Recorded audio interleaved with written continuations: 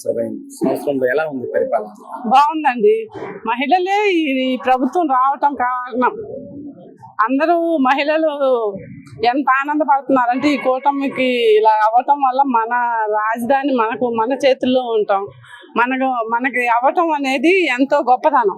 ఈ కూటమి కలవటం వల్ల మనకి అమరావతి ఏర్పడటం, మన ఈ ప్రభుత్వం అంతా బాగుంది. అంటే అసలు పరిపాలన గవర్నమెంట్ ఏం చేయట్లేదు, అందుకే ఈ గవర్నమెంట్ సంవత్సరం ఉంది కాబట్టి మేము వెన్నుపోటు జనం అది దాన్ని వైసీపీలు అంటున్నారు. వాళ్ళు అనుకుంటారండి, నోట్లో నాలుక ఎన్ని విధాలైనా మాట్లాడిద్ది. ప్రభుత్వం అనేది ఏదైనా మంచి చేయాలంటే అది నిదానంగానే జరుగుతుంది.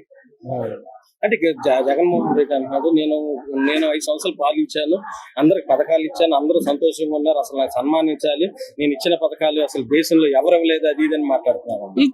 ఇస్తే డబ్బులు ఇస్తే అయిపోయింది కదండి. మన రాజధాని అన్నది ముక్కలు అయిపోయింది. ఇప్పుడు అన్నది మన రాజధాని మన చేతిలో ఉంది. మన మహిళలందరూ ఎంతో ఆనందపడుతున్నారు. చదువుకున్న వాళ్ళంతా ఇక్కడే మాకు ఉద్యోగాలు వస్తాయి, ఎక్కడో ఎత్తుకునే పని లేదు, మన రాజధానిలోనే మన అంతా ప్రభుత్వం అంతా డెవలప్ అవుతుందని చెప్పేసి అందరూ విద్యార్థులు యువతరం మొత్తం ఎంతో ఎదురు చూస్తున్నారు. మహిళలకి గవర్నమెంట్ ఇచ్చిన మహిళలకి రక్షణ ఎలా ఉంది? గతంలో ల్యాండ్ ఆర్డర్ ఎలా ఉంది, ఇప్పుడు ఎలా ల్యాండ్ ఆర్డర్ ఉంది, పనితీరు ఎలా ఉంది? హోమ్ మినిస్టర్ పనితీరు కూడా బాగుందండి. మహిళలకే ఎప్పుడు ఇంపార్టెన్స్ ఇస్తున్నారు. ఇంకా ముందు ఇప్పుడే కదండి, ఇంకా ముందు రక్షణ అయితే చంద్రబాబు నాయుడు గారి మీద మాకు అందరికి నమ్మకం ఉందండి. పవన్ కళ్యాణ్ గతంలో ఎలా ఉందమ్మా? గతంలో కన్నా మెరుగ్గానే ఉందండి. ఇప్పుడు గతంలో అసలు ఎలా ఉండేదమ్మా? అప్పుడు అంటే బయటకు వెళ్ళిన వాళ్ళు ఎలా వస్తారన్నది నమ్మకం లేదు, రక్షణ అన్నది లేకుండా పోయింది. ఇప్పుడైతే ప్రభుత్వం బాగా పనిచేస్తున్నారు. ఇవాళకి కౌంటింగ్ వచ్చి ఈ రోజు కూటమి గవర్నమెంట్ వచ్చి సంవత్సరం అవుతుంది, మీకు ఎలా అనిపిస్తుంది? గవర్నమెంట్ వచ్చిన తర్వాత పరిపాలన ఎలా ఉంది? పరిపాలన చాలా బాగుంది సార్. ముందుగా లేడీస్ కి మంచి ఎంకరేజ్మెంట్ గా బాగుంది.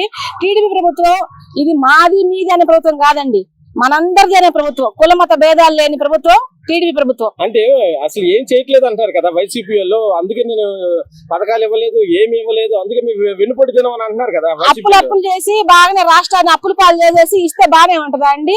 ఇప్పుడు ఒక తండ్రి ఉన్నాడు ఇంటికి పెద్ద, ఆయన అప్పులు చేసేసి పిల్లలకి అందరూ కనిపించేసి తర్వాత ఏమీ లేకుండా చేసే బదులు అప్పు చేయకుండా ఉన్నంతలో సర్ది పిల్లలకి సక్రంగా చేసుకొచ్చేదే ఇల్లు. ఒక రాష్ట్రం ఒక ఆయన పెద్ద ఉన్నాడంటే, ఒక ముఖ్యమంత్రి ఉన్నారంటే, అంటే ఇప్పుడు ఆయన ఏమన్నారంటే నేను ఇచ్చిన పథకాలు 5 సంవత్సరాలు ఇంకో ఎవరు ఇచ్చుండ్రు, ఏ దేశంలో ఎవరెవరు అప్పులు చేస్తే ఎవరైనా ఇస్తారండి?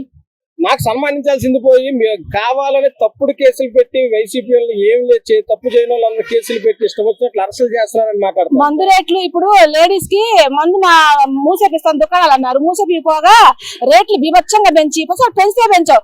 నకిలీ మందులు ఇచ్చి ఎంతమంది ఆరోగ్యాలు పోయి, శానిటైజర్ మందులు ఇచ్చి అయ్యంటే భూమి అంటే 5-6 గంటలను చచ్చిపోయారు. డూప్లికేట్ మందులు అసలు ఎవరైనా తీసుకొస్తారా? అసలు ఎవరైనా మాట్లాడడానికి ధైర్యం ఉందా అండి? ఏ మీడియాకైనా సరే కనీసం ఒక మీడియా రాయడానికి కూడా ధైర్యం లేక ఎవరు రాస్తే వాళ్ళ ఇంట్లో ఇది పడేసేసి వీళ్ళు నక్సలైట్లు, వీళ్ళు లేకపోతే వీళ్ళు ఏదో గంజ పడేసో ఏదో ఒకటి అట్లా చేసి నోరు ఎత్తనీకొని చేశారు మీడియాను కూడా. ఇది మంచి ఇది చెడు అని తెలుసుకొని ప్రజలు చేశారు కాబట్టి ప్రజలకు తెలియదు ఇంకా చాలా వరకు.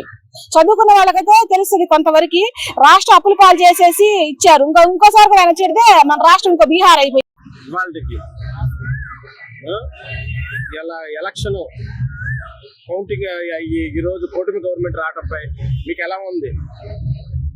ఈ కూటమి ప్రభుత్వం వచ్చిన తర్వాత ప్రజలు చక్కగా ఆనందంగా పరిపాలిస్తున్నారు.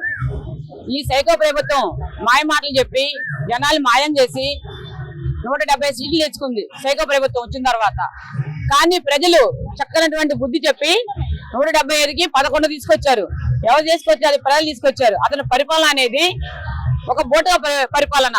ఇవాళ ఈ కూటమి ప్రభుత్వం వచ్చిన తర్వాత ఏదైతే చంద్రబాబు నాయుడు గారు ఎలక్షన్ లో హామీ ఇచ్చారో, అవాతాతలకి 4000 ఇస్తామని చెప్పారు, ఎమ్మడే నెలకే అవాతాతం 4000 ఇచ్చారు. అలాగే అన్న క్యాంటీన్లు అనేది, అన్న క్యాంటీన్లు కూడా 5 రూపాయలకి భోజనం అనేది గత ప్రభుత్వంలో ఆ సైకో ప్రభుత్వం అన్న క్యాంటీన్లు కూడా తీశారు. ఈ కూటమి ప్రభుత్వం వచ్చిన తర్వాత అన్న క్యాంటీన్లు కూడా పెట్టడం జరిగింది. ఏమి చేయలేదు, వీళ్ళ ప్రజలకు ఇవ్వాల్సిన హామీలు అమలు చేయలేదు కాబట్టి ఈ రోజు వెన్నుపోటు దినంగా ప్రకటించాము, మేము నిరసన తెలియజేస్తున్నారు వైసీపీలు. అసలు మేము కార్యకర్తలు పార్టీ వాళ్ళు వెన్నుపోట పొడిచేది చేసేది వాళ్ళు, వాళ్ళ పరిపాలన చేశారు. వాళ్ళు గులకరాయి చేసిన వాళ్ళు కట్టుబాటు చేసిన వాళ్ళు వాళ్ళ ప్రభుత్వాలు వాళ్ళ సైకో ప్రభుత్వాలు వాళ్ళు చేశారు. ఈ కూటమి ప్రభుత్వం ఎవరు చేయాల, ప్రజలకి న్యాయం చేస్తున్నారు, ప్రజలకు ఇచ్చినట్టు హామీలు నెరవేరుస్తున్నారు. ఆమె అమలు చేయట్లేదంట కదా. అసలు ఆయన 5 సంవత్సరాలు ఏ పరిపాలన చేశారండి? ఒక ఇటుకరా చేశాడా? ఒక రోడ్డు గుంతలు పూడ్చారా? వాళ్ళ ప్రభుత్వాలు ఏం చేశారు? అసలు సన్మానించాల్సింది నేను ఇచ్చిన పథకాలు అన్నాడుగా. అతను ఏ పథకాలు చేశారు? వాళ్ళ వైసీపీ కార్యకర్తలకి వాళ్ళు చేసుకున్నారు. వాళ్ళు సన్మానం చేస్తారు. నీకు సిగ్గుండాలి కొంచెం, నా సన్మానం చేయాలి అడుక్కున్నావు నువ్వు అడుక్కో సన్మానం చేయించుకోవాలి. నువ్వు కోరుకున్నావు, అడుక్కోవడం కాదు అది. ప్రజలు మెచ్చి నీ సన్మానం చేయాలి. నువ్వు అడుకోవడం ఏంటి? నా సన్మానం చేయాలి నువ్వు అడుకోవడం ఏంటి? నువ్వు నీతిగా నిజాయితీగా నువ్వు 5 సంవత్సరాలు పరిపాలన చేస్తుంటే నీకు ప్రజలే నీ చక్కగా సన్మానం చేసి మళ్ళీ 150 సీట్లు 170 సీట్లు నీకు ఇచ్చేవాళ్ళు. నీకు ఇవ్వకుండా 11 సీట్లు ఎందుకు తీసుకొచ్చారు? అది నువ్వు గుర్తు చేసుకోవాలి. ఇవాళ నీకు బాగా పెండం పెడతామన్నారు. ఈ పేడ అనేది వదిలింది చెప్పేసి మేము భావిస్తున్నాం. ఇవాళ చంద్రబాబు నాయుడు గారు కానీ కూటమి ప్రభుత్వం కానీ వచ్చిన తర్వాత ప్రజలకి ఎంతో మేలు చేశారు. ఇవాళ అమరావతి అని చెప్పి ఏమైనా అమరావతిలో ఏమైనా ఒక రాయి వేసావా, ఒక సిమెంట్ వేసావా? ఏం చేయలేదు. ఇవాళ కూటమి ప్రభుత్వం వచ్చిన తర్వాత అమరావతి స్వచ్ఛందంగా చేస్తున్నారు. ఇవాళ 52 రోజులు చంద్రబాబు నాయుడు గారు జైల్లో పెడితే మీకు సేవ కుట్టట్లేదు. ఇవాళ మరి ఈ గంజాయి బ్యాచ్ వాళ్ళని అరకట్ట జైలు వేస్తే ఈ అక్రమ కేసులు అని చేస్తున్నావు నువ్వు. అంటే నీకు ఒక న్యాయం, జనాలకు ఒక న్యాయం వస్తుందా? మరి ఆ రోజు చంద్రబాబు నాయుడు గారు ఏం చేయకపోయి 52 రోజులు జైల్లో పెట్టావే. నీకు ఆ రోజు కొంచెం జ్ఞానం అనేది ఉందా నీకు? అలాగ లేదు కాబట్టి జనాలు నీకు బుద్ధి తీసుకొచ్చుకొని నీకు 11 సీట్లు ఇచ్చి మంచం కింద పండుకోరా బాబు నువ్వు సైకో అని చెప్పారు. ఇవాళకి ఎలక్షన్ కౌంటింగ్ అయ్యి కూటమి గవర్నమెంట్ సంవత్సరం అయింది. ఎలా ఉంది పరిపాలన విధానం కానీ అక్కడ ఎలా ఉంది? పరిపాలన సంఘం దేవుడికి గానీ కూటమి ప్రభుత్వం వచ్చిన కాడి నుంచి ఎవరైనా మాట్లాడే హక్కుని స్వతంత్రాన్ని తెచ్చుకున్నట్టుంది. ఇంతవరకు బ్రిటిష్ వాళ్ళ దగ్గర నుంచి స్వతంత్రం ఎలా వచ్చిందో అట్లా వైసీపీ పరిపాలన వెళ్ళిపోయిన తర్వాత మనకి స్వతంత్రం వచ్చినంత ఆనందంగా ఉందన్నమాట కూటమి ప్రభుత్వం వాస్తవం. వైసీపీ అనేది వెనుపోటు తినవాళ్ళు అంటారు కదా. వెనుపోటు అంటే ఎట్లా, ఏ రకంగా? నువ్వు వెనుపోటు పొడిచింది, మీ చెల్లికి వెనుపోటు పొడిచావు, మీ అమ్మకి వెనుపోటు పొడిచావు, అందరికి వెనుపోటు పొడిచింది నువ్వు, రాష్ట్ర ప్రజలకి వెనుపోటు పొడిచావు. అన్ని అసలు బొందలు చేయాల్సింది నీకనమాట. వెనుపోటు పొడిచిందే నువ్వు అసలు. మరి వెనుపోటు తినమని నువ్వు పెడతావు. అసలు రాష్ట్ర ప్రజలకి ఎంత వెనుపోటు పొడిచావో అది మా అందరికి తెలుసు. నేను పథకాలు ఇచ్చాను, అవి ఇచ్చాను, పథకాలంతా అసలు 5 సంవత్సరాలు ప్రజలందరూ సంతోషంగా ఉన్నారు. ఈ గవర్నమెంట్ వచ్చిన తర్వాత ఒక్క పథకం లేదు, ఏమీ లేదు. ప్రజలందరూ ఇబ్బంది పడుతున్నారు. ఇది అసలు నాకు సన్మానం చేయాల్సింది అసలు ఇప్పుడు నన్ను అరెస్టులు కూడా చేస్తున్నారు. వైసీపీని తప్పుడు కేసులు పెట్టి అది అని మాట్లాడతారు.